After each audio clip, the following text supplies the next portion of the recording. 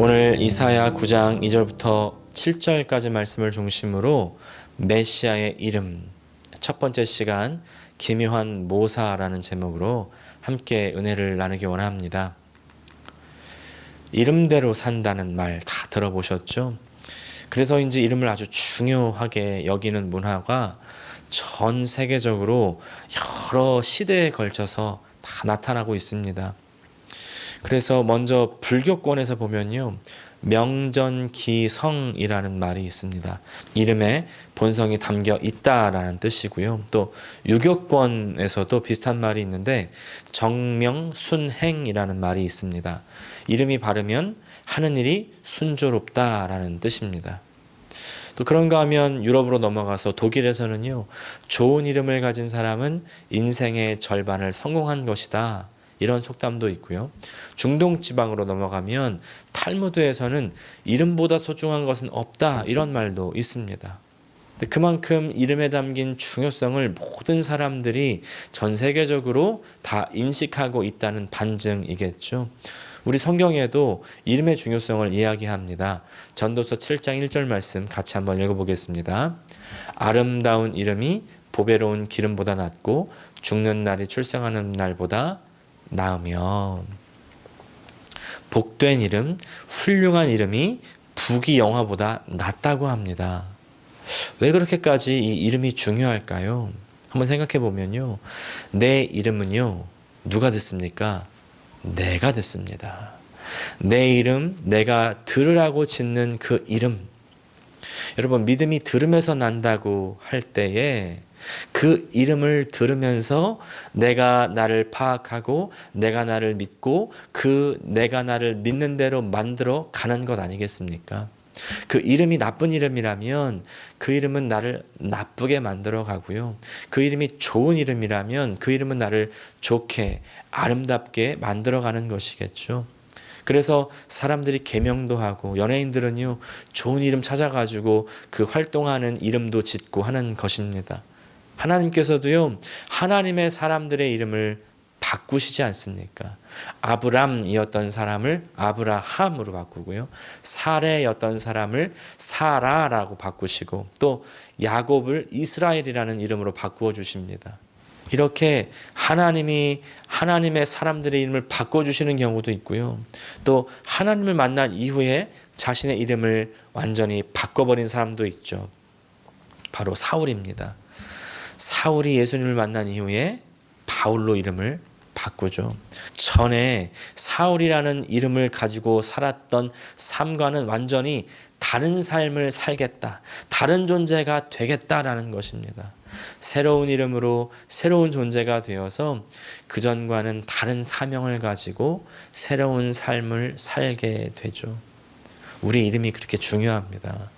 그렇다고 한다면요, 하나님의 이름은 어떻겠습니까? 얼마나 더 중요하겠습니까? 하나님께서 우리에게 알려주신 하나님의 이름은 사실 뭡니까? 나는 이다. 좀 쉽게 풀어서 말하면 스스로 있는 자다 였습니다. 그리고 예수님께서도 그 이름을 물려받아서 요한복음에서 나는 이다 이야기를 하시죠. 뭐냐면 나는 생명의 떡이다, 나는 빛이다, 양의 문이다, 나는 선한 목자다, 나는 부활이다, 나는 길이다, 포도나무다, 이렇게 말씀을 하시는 겁니다. 에고 에이미. 그런가 하면요, 우리 하나님께서 또 직접 자신이 보내실 메시아의 이름도 알려주시죠. 오늘 본문은 바로 그 내용입니다.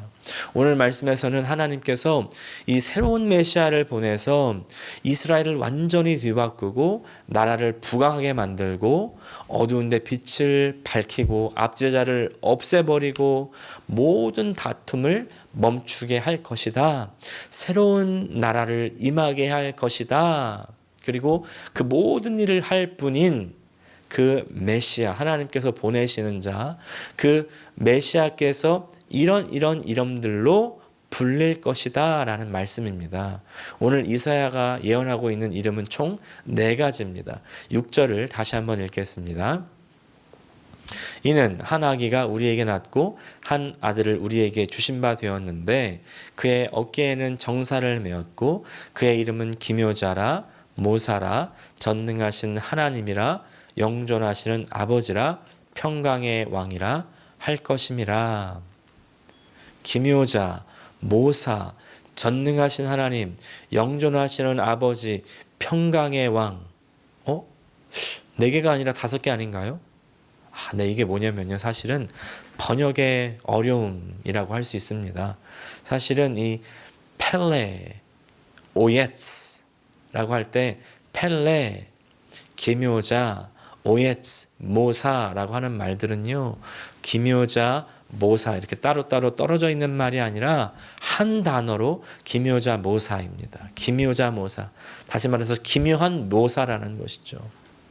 그러니까 이사야가 예언하는 이 4가지 이름은 기묘한 모사, 또 전능하신 하나님, 영존하시는 아버지, 평강의 왕, 이렇게 4가지인 겁니다. 앞으로 4주 동안 이사야가 하나님의 감동을 받고 예언한 이 메시아의 이름 4가지를 함께 살펴보도록 하겠습니다.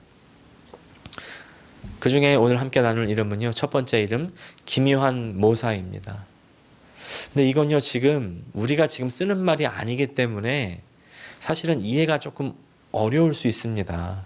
기묘한 모사, 기묘도 잘 안 쓰고 모사라는 말은 점점 더 안 쓰는데 현대어로 이것을 다시 쓰면요, 놀라운 상담가 혹은 기적의 조언자, 이 정도로 번역을 해볼 수가 있습니다.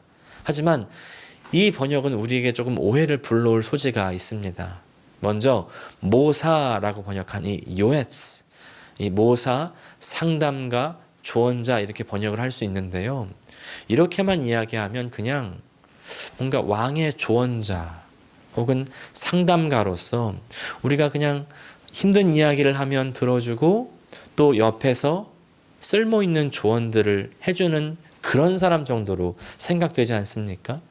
그럴 때에 이제 이 현대적인 문맥에서 상담을 받는 사람, 또 조언을 듣는 사람의 입장은 어떻습니까? 본인이요, 스스로가 상담이나 조언이 내 생각에 좋으면 그것을 받아들이고요. 또 좋지 않으면 받아들이지 않기도 합니다. 그 주체가 뭐냐면요, 상담을 받는 사람이죠. 상담을 받는 사람이 알아서 이 상담가의 상담이나 조언을 취사 선택을 할 수 있는 그런 정도의 존재로 우리가 생각을 할 수가 있다는 것입니다. 그런데 이 요에츠라는 사람들은요, 그런 현대의 수동적인 상담가 조언자와는 성격이 아주 다릅니다. 이 사람은 한 나라의 사람들이, 백성들이 잘 살고요, 또 잘 되게 하기 위한 그런 정책을 세우고 그 정책을 잘 수행하는 사람들입니다. 이 요에츠라는 단어 안에는요, 훈계하고 계획하고 컨트롤하고 결정하고요, 이런 의미가 들어가 있습니다. 그러니까 모사, 요에츠라는 사람은 다스리는 사람이고 강제력을 가지고 집행하는 사람들인 겁니다. 결국 이렇게 강제력을 가지고 모든 정책과 계획을 아주 힘있게 이끌고 나갈 수 있는 사람이 누구냐면 사실은 왕이죠. 왕, 주권자. 왕에겐 왕인데 아주 이 지혜로운 왕, 지혜를 가지고 다스리는 분, 그리고 이사야는 그 왕이 오실 것이다.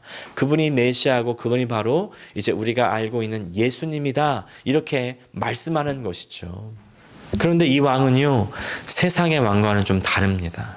세상 왕은 착취하고 압제하죠. 우리는요, 지금 자유민주주의 나라에서 살아가지고 착취가 뭔지, 압제가 뭔지 뭔가 좀 피부로는 와닿지 않죠. 케냐에서 선교 사역을 하시는 저희 장인어른께서 몇 년 전에 저희 가정을 방문하셨을 때에 이런 말씀을 하신 적이 있습니다. 커피 농장을 보면요, 커피 농장에서 일하는 사람들이 다 거기 이제 현 주민들인데 이 사람들이 사실은요, 착취를 당하고 있다는 것입니다. 받아야 할 임금을 제대로 받지 못하고 있다는 거예요. 근데 본인들은 그거라도 없으면 먹고 살 수가 없기 때문에 그나마 그 말도 안 되는 임금을 받는다는 겁니다. 그래서 우리 장인 어른께서 커피를 좋아하시지만 그들을 향한 죄책감이 들어서 잘 커피를 마시지 못하시겠다는 말씀을 들은 적이 있습니다. 자본주의에서는요, 노동자는 이 사용자, 고용인으로부터 알게 모르게 착취를 당할 확률이 높습니다. 갑질을 당할 확률이 높습니다. 그런 면에서 새로 오시는 왕은요, 전혀 다르다는 거예요. 이 왕은 갑 중에 그야말로 슈퍼 갑인데 전혀 갑질을 하지 않습니다. 오히려 을, 병, 정의 위치까지도 내려가시는 거죠. 이렇게 세상 왕으로서는 하지도 않고 할 수도 없는 그런 일을 이 모사, 요에츠가 왕이 하신다는 거죠. 놀라운 일을 하신다는 겁니다. 놀라운 일. 히브리어 펠레는요, 이제 옛날 번역가가 기묘하다 이렇게 번역을 했는데 영어로는 wonderful, 놀라운, 기적적인 이렇게 번역을 하고 있습니다. 놀라운 일을 행하는 모사다. 놀라운 일이란 무슨 일일까요? 예수님께서는 어릴 때부터 놀라운 일을 행하시던 분이었죠. 예수님께서 가시는 곳마다 사람들을 놀라게 했습니다. 그의 지혜에 놀라고 그의 가르침에 놀라고요. 사람들은 너무나 놀랐다는 거예요. 왜 놀랐을까요? 너무 지혜로워서, 너무 기발해서. 물론 그렇기도 하지만요, 예수님께서 말씀하시는 것은 이 보통 생각하는 지혜로운 것을 뛰어넘어서는 것.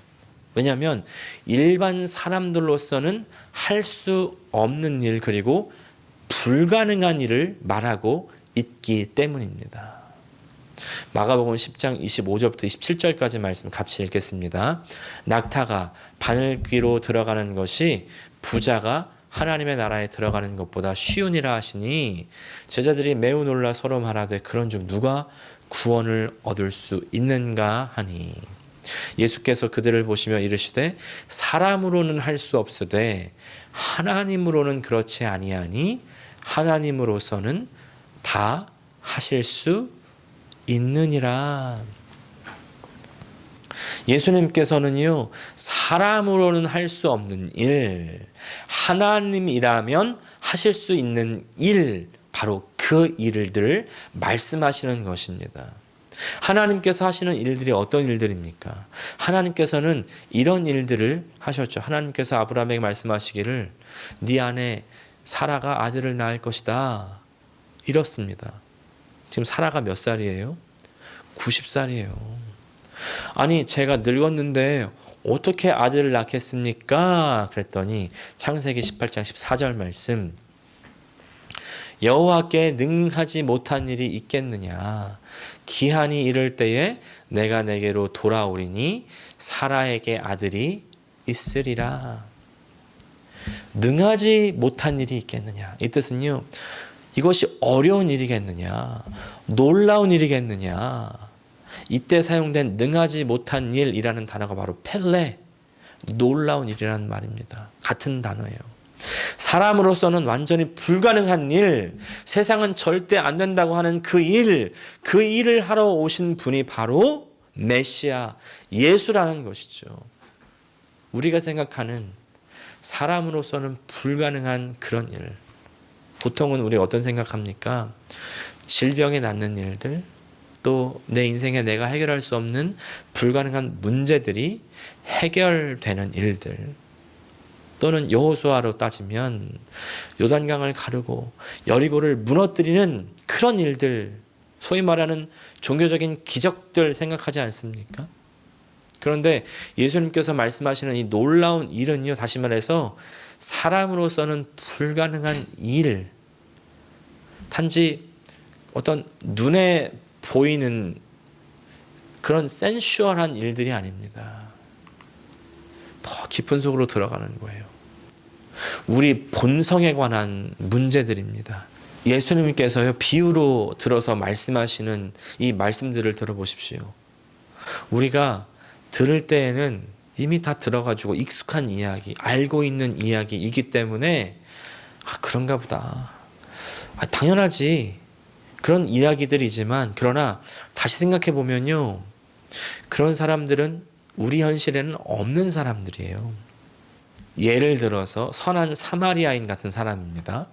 어떤 사람이 강도를 만나가지고 가진 것을 다 뺏기고 두들겨 맞아서 거의 죽게 되었습니다. 제사장은 그 사람을 보고 그냥 지나가 버립니다. 레위 사람도 피해가 버립니다. 그런데 길을 가던 이 한 사람, 사마리아 사람은 보고 불쌍한 마음에 상처를 치유해 주고요. 또 가까운 여관에 데려가서 간호해 주고 잘 좀 봐달라고 돈까지 주고 갑니다. 이런 사람이 세상에 진짜 있습니까?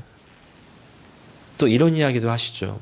포도원 주인이 일꾼들을 불러 모으는데 아침에 온 사람들, 점심에 온 사람들, 그리고 저녁에 온 사람들 각각 시간대가 다 달라요. 근데 모든 사람들에게 동일한 임금을 주는 겁니다. 그냥 우리의 상식적으로 봤을 때는 정신 나간 거죠. 주인이 너무 공정하지 못한 겁니다. 근데 사실은 저녁에 온 사람들은 어떤 사람들이에요? 늦게까지 내 일자리를 구해봤지만 일을 구할 수 없었던 사람들. 이 사람은 능력이 없을 수도 있고 또 몸이 안 좋을 수도 있고 부족한 사람들인 겁니다. 이 일을 구하지 못하는 사람들을 불쌍히 여겨서 이들까지도 다 먹고 살 수 있게 지금 이 포도원 주인은 도와주는 것이죠. 그러니까 사실은 이 사람은 사업가가 아니라 자선 사업가인 겁니다. 이런 사람들이 있습니까? 이 두 얘기가요, 우리에게 알려주는 것은 무엇입니까? 이 두 사람을 딱 들으면 어떤 생각 나세요? 에이, 어떻게 이렇게 살아? 다른 사람은 몰라도 나는 못 산다. 이런 생각 아닙니까? 결국에 이 세상에서 보기 어려운 사람, 아니 없는 사람들이라는 것이죠. 없는 사람. 이것이 바로 놀라운 일, 불가능한 일. 이기적인 우리의 본성으로는 절대 불가능한 일들이라는 겁니다. 이런 놀라운 일들을 우리에게 말씀하고 계시는 거예요. 여러분, 지금 이 기묘한 모사가 와서 행하는 이런 일들을, 이런 소식들을 들으실 때 여러분 기분이 어떠십니까? 기분이 좋으세요? 기분이 정말 좋으십니까? 메시아가 와가지고 저렇게 말도 안 되는 일을 해야 된다고 이야기할 때 기분이 좋으십니까? 왜 좋으세요? 내가 가진 것을 다 내놓아야 되는데, 내 힘을 다 빼야 되는데, 여러분 정말 기분 좋으십니까? 정상적인 사람이라면 이걸 들으면 기분 안 좋습니다. 어떤 마음이 들어와요? 아니 왜 다 내놓으래? 아니 왜 다 포기하래? 위협적으로 들리는 거죠. 아무것도 없는 사람들이야, 원래 없는 사람들이니까 오히려 좋을 수 있겠지만 그런 사람들 빼고는요 다 위협적으로 느끼고 받아들입니다. 그래서 예수님 때 있었던 사람들이요, 거지나 하층민들 빼고는 다 이런 위협을 느꼈고요. 그래서 예수님 시대 제사장들, 율법학자들, 예수님을 그래서 죽이려고 하는 겁니다. 모든 판을 완전히 뒤집어 엎어버리니까요. 사회를 전복시킨다고 생각한 거죠. 우리도 이런 이야기 들으면 거부 반응이 나옵니다. 왜? 이런 놀라운 일, 그런 일들이 벌어지면 벌어질수록 내가 갖고 있는 걸 다 내려놔야 되기 때문에 그렇습니다. 내가 가진 힘을 다 내려놓아야 되기 때문에 그렇습니다. 내 재산도 다 내놔야 됩니다. 돈을 모을 수도 없고요. 아니 오히려 손해를 봐야 되기 때문이죠. 그게 다가 아닙니다. 내가 조금 더 나은 사람, 내가 조금 더 착한 사람이 된다면, 아니 내가 그래 좀 재산 좀 내놓고 손해 조금 보지, 이럴 수 있을지도 모르겠습니다. 그런데 내가 진짜 꼴 보기 싫은 게 뭐냐면 내가 생각할 때 나랑 급이 안 맞는 그런 사람들, 나보다 낮은 위치에 있었던 그런 사람들이, 나를 올려다보던 그런 사람들이 나보다 올라가는 거예요. 나를 추월하는 겁니다. 나보다 높아지는 거예요. 여러분, 지금 이 메시아 예수님께서 오셔서 기묘한 모사가 오셔서 행하시는 놀라운 일, 불가능한 일이 현실이 되어버리면요, 나한테 굽신거리던 사람에게 내가 굽신거려야 하는 일들이 생깁니다. 다른 건 몰라도 내 거 좀 내가 손해보고 그렇게 할 수 있어도, 왜 그럴 수 있어요? 내가 다른 사람보다 나아지니까, 내가 다른 사람들로부터 인정은 받으니까 저 사람 진짜 믿음 있는 사람이야. 근데 아니에요. 정말 낮아지는 거는 나보다 낮은 사람들이 높아지고, 그래서 내가 그 사람들에게 굽신거리고 고개를 숙이고 허리를 숙이는 일, 그것이 되어야 된다는 거죠. 근데 그 꼴은 우리가 정말 보기 싫지 않습니까? 여러분, 예수님께서 하시는 일은요, 그 놀라운 일은요, 그 불가능한 일은요, 바로 이런 일들이라는 것입니다. 그래서 이사야가 예언한 이 메시아가 기묘자다, 모사다, 이런 말들은 하나님이 보내시는 이 메시아가 아주 놀라운 분이다, 지혜가 충만한 분이다, 이렇게만 말씀하시는 말씀이 아니라는 거예요. 기묘한 모사다, 이 말은요, 그래서 사실은 이 자신의 충만한 지혜로 놀라운 일, 사람의 힘으로는 할 수 없고 하나님의 힘으로만 가능한 일, 다시 말하면 사람의 본성을 거스르는 그런 일들을 행하셔서 사람의 본성을 바꾸어서 그 사람들로 하여금 완전히 자신의 이기적인 본성을 벗어나 하나님의 본성을 갖게 되는 그런 사람들을 만들어내는, 그런 나라를 만들어내는 일을 이야기하고 있는 것입니다. 그리고 그게 끝이 아닙니다. 예수님께서는 이 일을 자신만 하시는 것이 아니라 예수님을 따르는 사람들에게 똑같은 일을 하도록 하시는 것이죠. 바로 불가능한 세상을 만드는 자신의 사명을 자신의 제자들에게도 물려주시는 거죠. 제자들도 예수님의 일에 동참시키는 것입니다. 마태복음 28장 20절 말씀, 내가 너희에게 분부한 모든 것을 가르쳐 지키게 하라. 볼지어다 내가 세상 끝날까지 너희와 항상 함께 있으리라 하시리라.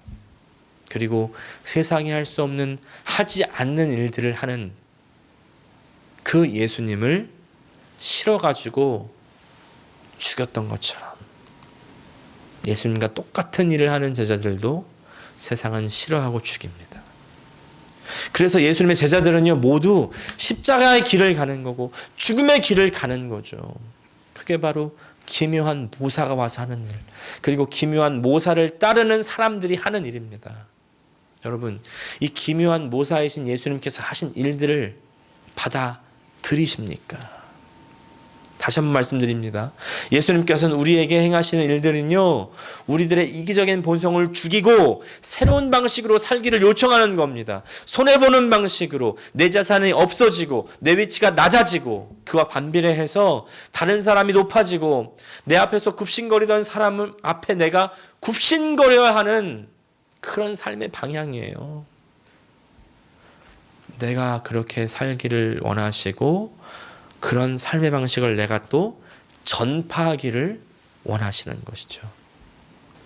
이제 마지막 이야기만 드리고 오늘 말씀을 마무리합니다.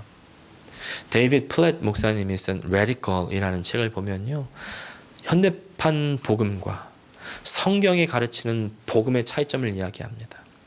현대판 복음이 있다는 거예요. 지금 현대 교회에서 가르치는 복음은 이렇다고 이야기합니다. 들어보십시오.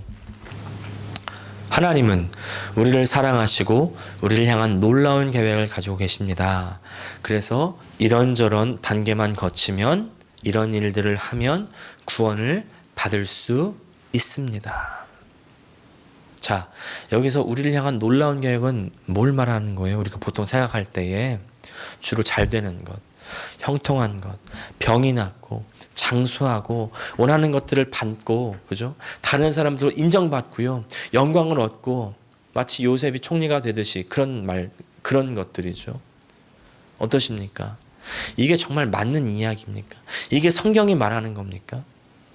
이에 반해서 데이비드 플랜 목사님이요, 정말 성경이 가르치고 있는 복음은 이런 것이다 이렇게 얘기합니다. 한번 들어보십시오. 당신은 하나님의 원수입니다. 죄 때문에 생명이 끊어졌습니다. 그리고 주님께 반역한 반역자입니다. 스스로 살 수도 없고 심지어 생명이 필요하다는 사실조차도 모릅니다. 그렇기 때문에 하나님께 의지하지 않고는 삶의 변화는 일어날 수 없습니다. 어떠십니까?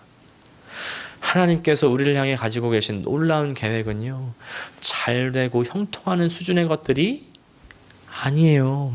하나님께서 우리를 향해 가지고 계신 정말 놀라운 계획, 이 기묘한 계획, 그것은요, 우리의 이기적인 본성을 완전히 뜯어 고치는 것입니다. 하나님의 수준으로 끌어올리는 것입니다. 그냥 우리가 여기서 적당히 살다가, 적당히 믿다가, 적당히 누리다가, 적당히 가는 곳이 천국이 아닙니다. 완전히 삶의 방식을 바꿔야 되는 것입니다. 이기적인 삶의 방식을 완전히 뿌리채 뽑아버리고요, 나 자신은 완전히 손해를 보는 그런 불가능한 일이 시작되는 겁니다. 이것이 바로 예수님께서 오신 이유고, 이것이 바로 우리 메시아께서 우리에게 주시는 복음이라는 거죠. 크리스마스, 예수님의 성탄을 기다리는 이 시기를 어드벤트, 대림절, 대강절 이렇게 이야기합니다.